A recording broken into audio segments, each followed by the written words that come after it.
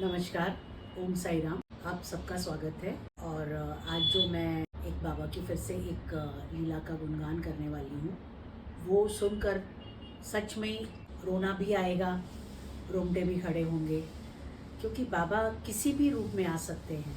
उन्हें पहचानने के लिए आंखें नहीं, श्रद्धा चाहिए। किसी भक्त के अनुभव का कभी उपहास भी नहीं करना चाहिए, क्योंकि मैंने सीखा है, जब सद्गुरु कृपा करना चाहते हैं तो उन्हें किसी विशेष रूप की आवश्यकता नहीं होती है। मेरे साथ भी ऐसा ही हुआ। कभी वो छोटी बच्ची के रूप में आते हैं, कभी वृद्ध बन के आते हैं, कभी एक सामान्य मनुष्य के रूप में भी आते हैं। हमारे जीवन में जो भी घटना घटित होती है, ये उसी की कृपा होती है। इसीलिए हर जीव में ईश्वर को देखने की दृष्टि रखिए। अगर आप वो दृष्टि नहीं रखोगे तो आप ईश्वर को कभी महसूस नहीं कर पाओगे, ईश्वर को कभी देख नहीं पाओगे। मेरे साथ भी उस रात एक ऐसी घटना हुई। हमारा शिरडी जाना हुआ, हम 2 दिन के लिए गए। इस बार हम अपने मित्रगणों के साथ गए थे, उनकी फैमिलीज़ के साथ, और हमने दर्शन किए बाबा की समाधि के। और खाना वाना खा के जब हम फ्री हुए तो मेरी हमेशा हर बार की ये दिनचर्या रहती थी। जब भी मैं शिरडी जाती थी तो रात को 12 बजे मैं द्वारका माई में ज़रूर बैठती थी, आधा घंटा पौना घंटा, क्योंकि उस समय इतनी भीड़ नहीं होती थी। ये बात कुछ 1998 की है। तो आराम से द्वारका माई खुली रहती थी और आप बैठ सकते थे। और मैं वहाँ पे 11 बजे के आसपास झाड़ू मारती थी पूरे द्वारका माई में, पोछा लगाती थी, और बाबा जिस शिला पे बैठते थे उसकी सफाई करती थी। इसका सौभाग्य मुझे काफ़ी साल तक मिला। और उसके बाद फिर जो संस्थान के नियम बने, भीड़ बढ़ने लगी, तो ये सब चीज़ों पे पाबंदी लगाई गई। वो शिला को भी फेंस किया गया, उसके आगे रेलिंग लगा दी। बट मैंने काफ़ी साल ये सेवा की है। यहाँ तक कि बाबा की द्वारका माई के अंदर जो पानी का घड़ा भर के रखा हुआ है, मैंने कई बार वहाँ खड़े होकर आने वाले साईं भक्तों को द्वारका माई में उस घड़े में से पानी भी पिलाया है। तो बाबा की बड़ी कृपा रही है, और कि मुझे उन्होंने ये सौभाग्य दिया कि मेरा हर साईं भक्त जो भी द्वारका माई में आएगा तुम उसकी सेवा करोगी। और ये खाली रात के समय नहीं होता था, भर दिन में, दोपहर में, शाम में मैं जाके वहाँ खड़ी हो जाती थी। और बाबा की ऐसी लीला होती थी कि मुझे कोई मना भी नहीं करता था कि आप द्वारका माई में इतनी देर क्यों खड़े हो। तो बहुत अच्छा लगता था। मैं इस तरह के अनुभवों को जब अपने स्मरण में लेके आती थी और सबके साथ शेयर करती थी, तो काफ़ी लोगों को विश्वास होता था, कई लोगों को विश्वास नहीं भी होता था। इसलिए मैं कहती हूँ कि हर किसी का अनुभव जो होता है वो उसके लिए श्रेष्ठ होता है। इसीलिए कभी इसका मजाक नहीं करना चाहिए, ना कि इसके ऊपर कोई टीका टिप्पणी करनी चाहिए। उस दिन भी हमने ऐसा ही सोचा कि हम सारे रात को 12 बजे द्वारका माई में बैठेंगे। कोई नाम जाप कर रहा था, कोई साई सच्चरित्र पढ़ता है, और कोई ध्यान लगाता है। ऐसे हम हर बार करते थे। उस दिन ऐसा हुआ कि कुछ 11 बजे के आसपास हम अपना खा पी के और इधर उधर जो भी हमें सामान वगैरह लेना था वो लेके हम फ्री हो गए। तो हमने सोचा कि बड़ा आलस सा आ रहा है, और 12 बजने में अभी थोड़ा समय है, तो एक काम करते हैं, कैंटीन में जाके थोड़ा रिफ़्रेश होते हैं, चाय वाय पीते हैं। और ठंड के दिन थे, और हमने सोचा कि चाय सबसे बेस्ट है कि हम वहाँ बैठेंगे, थोड़ा रिलैक्स होंगे, और फिर 12 बजे हम द्वारका माई में जाएंगे। मैंने वही जो अपना द्वारका माई में झाड़ू लगाना, पोछा लगाना, उनकी शिला को मैंने साफ़ किया, सब किया। और मैंने बाबा को कहा कि बाबा मैं 12 बजे तक आती हूँ, अभी थोड़ा चाय पीने जा रही हूँ। और हमारे साथ जो मित्रगण थे, उनके परिवार थे, हम सब कैंटीन में चले गए और हमने चाय ऑर्डर कर दी। तो मैंने देखा कि मेरे बगल में एक छोटी सी लड़की आकर खड़ी हो गई, होगी कुछ 3 साल की। फ्रॉक पहनी हुई थी, उसकी फ्रॉक भी बड़ी फटी और मैली इस तरह की थी, और बाल भी बड़े उसके बिखरे हुए थे, उसकी चोटी बनाई हुई थी। बट ऐसे लग रहा था कि बहुत समय से उसने बालों में कंघा नहीं किया था। उसके गालों पे भी ऐसे मिट्टी विट्टी लगी हुई थी, जैसे उसने बहुत समय से स्नान भी नहीं किया था। बट बच्चा, जैसे कहते हैं ना कि ईश्वर का रूप होता है, वो मेरे बगल में आके खड़ी हो गई, तो मैंने उसको पूछा, मैंने कहा तुम कुछ खाओगी? तो उसने कहा नहीं मैं कुछ नहीं खाऊंगी। तो मैंने कहा तुम दूध पियोगी? कहती हाँ मैं दूध पीऊँगी। तो उसकी जो एक मुस्कुराहट थी, मुझे बहुत मेरे मन को मोह गई। मैंने कहा ठीक है, आओ मेरे साथ, और मैं उसकी उंगली पकड़ के मैं दूध लेने के लिए काउंटर पे गई। तो दूध के जो ग्लास थे छोटे, वो काफ़ी क्वालिटी अच्छी नहीं थी, बड़े पतले से थे। तो वो जो सर्व कर रहा था उसने भी मुझे कहा कि ध्यान से, काफ़ी दूध गर्म है और आप ध्यान से इसको पकड़िए। मैंने कहा ठीक है। तो मैंने भी उस बच्ची को यही कहा, मैंने कहा ये दूध को ठंडा हो जाने दो फिर तुम पीना। तो उसने कहा ठीक है। तो मैं वो ग्लास ऐसे पकड़ के लेके आई और वहाँ पे मैंने, एक टेबल थी, वो टेबल पे रखा और उस बच्ची को उठा के मैंने वहाँ कुर्सी पे बिठा दिया। तो मैंने कहा अब दूध ठंडा होगा उसके बाद तुम पीना, नहीं तो मुंह जल जाएगा। कहती हाँ मैं इंतज़ार करती हूँ। इतने में हम अपनी चाय की चुस्कियाँ लेने लग गए। अचानक से मेरा ध्यान उस लड़की की तरफ गया। वो मेरे से बहुत दूर नहीं, 2-3 कुर्सियाँ छोड़ के बैठी हुई थी और बिल्कुल दूध के ग्लास के बगल में ही बैठी थी।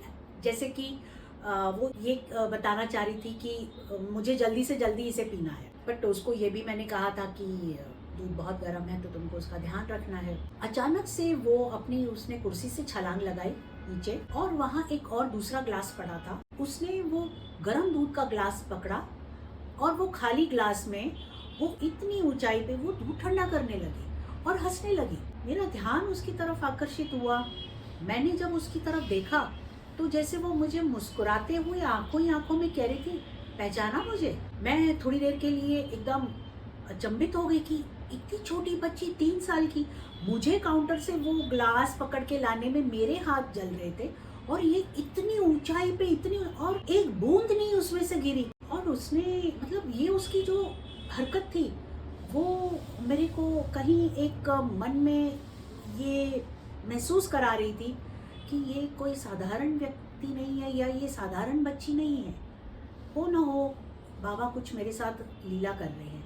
जैसे मैं अपने हर पॉडकास्ट में कहती हूँ कि मेरा सखा भाव बाबा के साथ होता है, तो शायद वो मेरे साथ वही कर रही थी। और उसने 2 बार ऐसे किया और उसके बाद गट पी गई और मैं एक घूंट चाय का नहीं पी सकी थी, इतनी चाय गर्म थी। तो मुझे उसकी जो ये लीला थी वो देखकर जरा मन में ऐसे भाव आने लगे कि कहीं ये मुझे आंखों ही आंखों में देख के मुझे कह रही कि मुझे पहचाना कि नहीं, कहीं ये बाबा तो नहीं है। फिर बाबा की लीला फिर नॉर्मल हो गई और मैंने कहा अरे तुमने तो बड़ी जल्दी पी लिया। कहती हाँ मुझे घर भी जाना है ना। मैंने कहा अच्छा तुम कहाँ रहती हो? बोले यहीं पास में एक झोपड़ी है, मैं उसमें रहती हूँ। मैंने कहा कौन है तुम्हारे घर में? तो उसने कहा कि मेरी माँ है और मैं हूँ। तो मैंने कहा कि चलो हम तुम्हें छोड़ देते हैं। बोली हाँ रास्ते में ना एक काला कुत्ता हर बार मुझे मिलता और मुझे बहुत तंग करता, मुझे बड़ा डर लगता है उससे। तो मैंने कहा बट इतनी रात को तुम अकेली यहाँ कैंटीन में आई हो तब नहीं तुम्हें डर लगा? तो वो हंसने लगी, बोली नहीं मैं तो दूध पीने आई थी। जैसे 3 साल का बच्चा कैसी लैंग्वेज में बात करता है वैसे वो बात कर रही थी और मराठी में बोल रही थी वो। तो मैंने मेरे हस्बैंड को कहा कि मुझे टॉर्च दे दो, मैं इसको थोड़ा इसके घर के पास तक इसको मैं छोड़ के आती हूँ। 3 साल की बच्ची है, रात का समय है और वो कह रही है कि रास्ते में कोई काला कुत्ता उसको तंग करता है। और ये मेरे उसके जो वार्तालाप थी, ये जो हमारे मित्रगण थे सारे, उनका परिवार वगैरह, ये सब देख रहे थे और हंस भी रहे थे कि क्या ये इस बच्ची के साथ बातें कर रही है। और इस तरह से जो भी उनको उपहास करने का उस समय जो सूझ रहा था वो कर रहे थे। बट कहीं ना कहीं मेरे मन में ये बात आ रही थी कि ये विषय उपहास का नहीं है, ये बाबा कुछ लीला कर रहे हैं। तो मैंने साईं को कहा, मैंने कहा साईं जो भी है मेरे साथ आप कर रहे हो तो मेरी चेतना को जागृत रखिए, मेरे चेतन मन में ये बात ज़रूर आप डालना कि ये आप थे और ये आप ही लीला कर रहे थे। मैं मन ही मन ऐसे प्रार्थना कर रही और मैं टॉर्च लेके उस बच्ची का हाथ पकड़ के मैं बाहर गई कैंटीन के। उसने मेरी ये छोटी वाली उंगली पकड़ी हुई थी और मैं उसको लेके बाहर गई और टॉर्च से मैं रास्ता देख रही थी, क्योंकि मैं भी कभी उस तरफ कैंटीन के उस तरफ क्या है मुझे पता नहीं, क्योंकि इस बच्ची ने कहा कि मेरा घर है वहाँ पे, तो मैंने कहा कि मैं इसको लेके जाती हूँ। मुश्किल से हम 8-10 कदम चले होंगे और मैंने देखा कि मुझे ऐसे फील हुआ कि मेरा भी किसी ने हाथ नहीं पकड़ा हुआ है। तो मैंने अपनी तरफ टॉर्च घुमा के देखा तो वो लड़की गायब। मैंने कहा ये लड़की कहाँ चली गई इतनी अंधेरे में। और जैसे होता है ना, आपकी किसी ने उंगली पकड़ी होती है और फिर अचानक वो अगर कोई उंगली आपकी छोड़ दे तो आपको एक फीलिंग महसूस होती है ना कि अब मेरा हाथ किसी ने पकड़ा नहीं है, मेरी उंगली किसी ने पकड़ी नहीं है। इसलिए वो टॉर्च की रोशनी मैंने अपने पे डाल के देखी, वो लड़की गायब। मैंने काफ़ी दूर तक वो टॉर्च की रोशनी से देखने की कोशिश की, बट बिल्कुल सन्नाटा था, कोई काला कुत्ता नहीं था, कोई दूर तक कोई झोंपड़ा भी नहीं नज़र आ रहा था। मैं बड़ी घबरा सी गई कि इतनी रात को ये बच्ची कहाँ गई होगी। खैर थोड़े समय के बाद मुझे भी थोड़ा सा डर सा लगने लगा, क्योंकि मुझे नहीं मालूम था वो रास्ते में क्या है, लोग कोई आ जा नहीं रहे थे, काफ़ी रात का समय हो गया था। मैं कैंटीन में वापस आई और मैंने सबको ये कहा कि मुझे ऐसे लगता है कि ये बाबा थे। तो सब हंसने लगे, बोले हाँ तुम्हें तो अभी आजकल ऐसा हो गया है कि हर व्यक्ति में बाबा नज़र आते हैं। तो मैंने कहा कि मुझे ऐसे फील हुआ है, आपको नहीं हुआ है तो कोई बात नहीं, बट मेरी इस भावनाओं को आप मजाक में मत लीजिए। जो भी है, मैं थोड़ी सी मायूस भी हो गई कि लोग कई बार इस चीज़ को मतलब सीरियसली नहीं लेते हैं, क्योंकि हमेशा एक बात का आपको ध्यान रखना बहुत ज़रूरी होता है कि ईश्वर जिसको अपना स्वरूप दिखाना चाहता है उसी को ही दिखाता है। आपकी चेतना उस समय जागृत रहनी चाहिए, तभी आप उस चीज़ को महसूस करोगे। सारे रास्ते हम गए द्वारका माई, बैठे, हमने ध्यान किया। मैं बाबा से मन ही मन पूछ रही थी कि बाबा ये आपकी क्या लीला थी, आप ही थे या मेरा एक भ्रम था। बट उस समय बाबा ने मुझे कोई जवाब नहीं दिया। मैंने भी कहा ठीक है, जवाब मुझे बाबा ज़रूर देंगे, इतना तो मुझे अपने गुरु पे अटूट विश्वास था। हम अपने रूम्स में आ गए और हम रात को सो गए। सुबह 4:30-5 बजे के आसपास किसी ने जोर से हमारा रूम का दरवाज़ा ठोकना शुरू किया। मैंने कहा कौन हो सकता है इस समय। मैं गई, मैंने दरवाज़ा खोला, देखा तो हमारे एक मित्र जो सबसे ज़्यादा मजाक कर रहे थे मेरा, वो दरवाजे के आगे खड़े होके रो रहे हैं, जोर से रो रहे हैं। रोते वो ज़मीन पे बैठे। मैंने कहा भाई क्या हुआ तुम्हें? तो कहता है मैंने ना सपना देखा रात को। मैंने कहा अच्छा, तो फिर इसमें रोने की क्या बात है, क्या देखा तुमने सपने में? उसने कहा कि वो छोटी बच्ची जो थी ना, वो बच्ची नहीं थी, बाबा थे। मैंने कहा हाँ, तुम कह रहे हो ये बाबा थे? जब मैं रात को कह रही थी तो तुम इसका मजाक उड़ा रहे थे।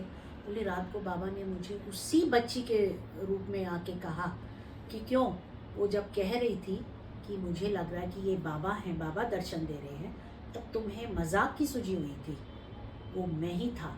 उसने बराबर मुझे पहचाना और तुम मजाक में लगे हुए थे, तो देखो नहीं था। माफ़ी मांगने लगा वो मेरे सामने। मैंने कहा मेरे सामने माफ़ी मांगने की ज़रूरत नहीं है, आप बाबा को कहिए कि इस तरह की गलती आप दोबारा नहीं करेंगे। इसलिए मैं हर बार कहती हूँ कि जहाँ श्रद्धा होती है वहाँ प्रमाण की आवश्यकता नहीं रहती है। सद्गुरु हर भक्त से अलग प्रकार से मिलते हैं, इसीलिए अगर कोई अपना अनुभव आपके साथ शेयर करता है या आपको सुनाता है तो उसका सम्मान कीजिए, क्योंकि निर्णय देने में आप जल्दी करते हो और कई बार आपसे ये गलत कर्म भी हो जाता है।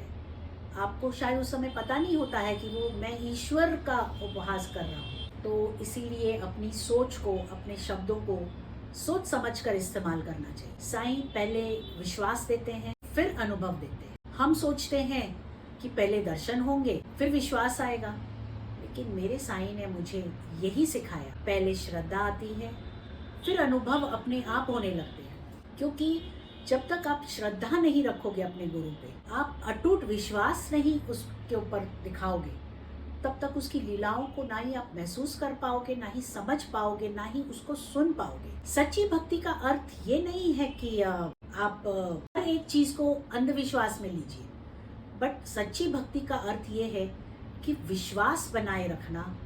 उस रात मुझे भी किसी को कुछ सिद्ध नहीं करना पड़ा, मैं शांत रही, क्योंकि मुझे मेरे मन से जो आवाज़ आ रही थी कि ये मेरे सद्गुरु हैं और कोई नहीं है, इसमें मैंने विश्वास रखा।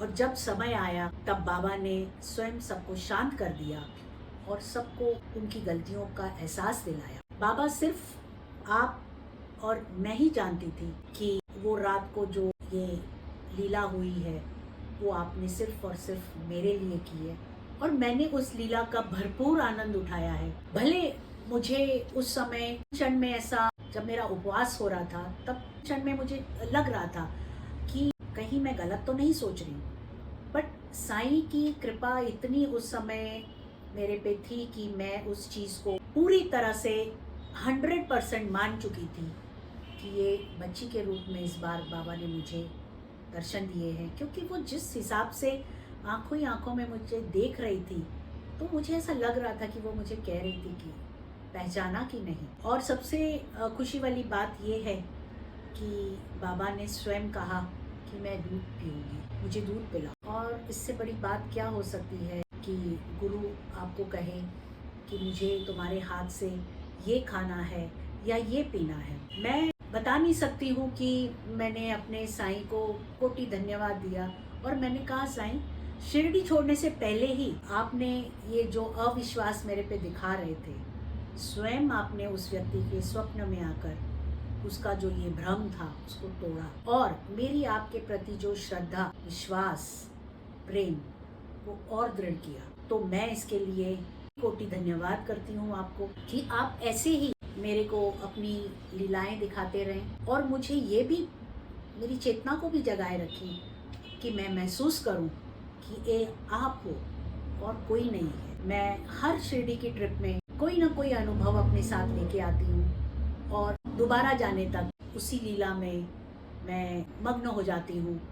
और उन दिनों मैं बहुत जल्दी शिरडी जाती थी, बट ये ऐसा हो गया है कि कुछ 8-9 साल हो गए हैं मैं शिरडी नहीं गई हूँ, क्योंकि मुझे ऐसा थोड़ी हेल्थ इश्यूज़ होने की वजह से मैं इतना ट्रैवल नहीं कर सकती हूँ। और अभी शिरडी तो ऐसा हो गया है कि अब धक्का मुक्की लाइन और कांच लगा देते हैं, आप समाधि मंदिर को छू भी नहीं, समाधि बाबा की समाधि को छू भी नहीं सकते। तो एक दिन मैंने वहीं खड़े होकर बाबा को कहा कि बाबा, ये आखिरी बार है कि मैं शिरडी आई हूँ, अब इसके बाद मैं शिरडी नहीं आऊँ। आपको सिर्फ और सिर्फ इस बार मेरे साथ मेरे घर पे ही आपने विराजना है, वही मेरी द्वारका माई रहेगी, वहीं सब आप लीलाएं मुझे दिखाओगे, जो कि मेरी ये तस्वीर के अंदर बाबा आके बैठ गए हैं और मैं इसी तस्वीर के ज़रिए उनकी लीलाओं को देखती हूँ, अनुभव करती हूँ।